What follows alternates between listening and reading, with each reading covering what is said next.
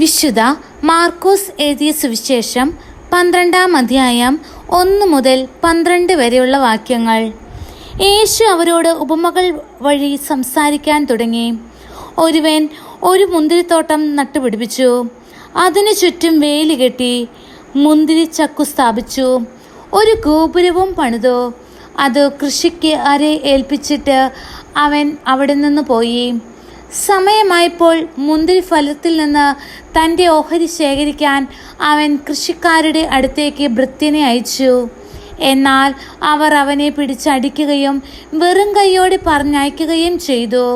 വീണ്ടും അവൻ മറ്റൊരു ഭൃത്യനെ അയച്ചു. അവർ അവനെ തലയ്ക്ക് പരിക്കേൽപ്പിക്കുകയും അപമാനിച്ചയക്കുകയും ചെയ്തു. അവൻ വീണ്ടും ഒരുവനെ അയച്ചു. അവനെ അവർ കൊന്നുകളഞ്ഞു. മറ്റു പലരെയും അയച്ചു. ചിലരെ അവർ അടിക്കുകയും ചിലരെ കൊല്ലുകയും ചെയ്തു.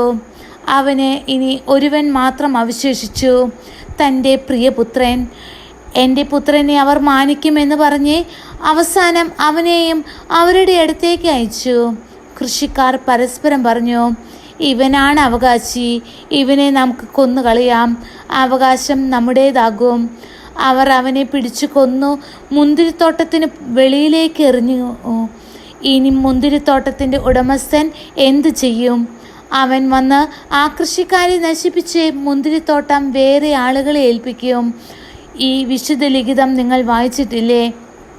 പണിക്കാർ ഉപേക്ഷിച്ച കല്ലു തന്നെ മൂലക്കല്ലായി തീർന്നു. ഇത് കർത്താവിൻ്റെ പ്രവൃത്തിയാണ്.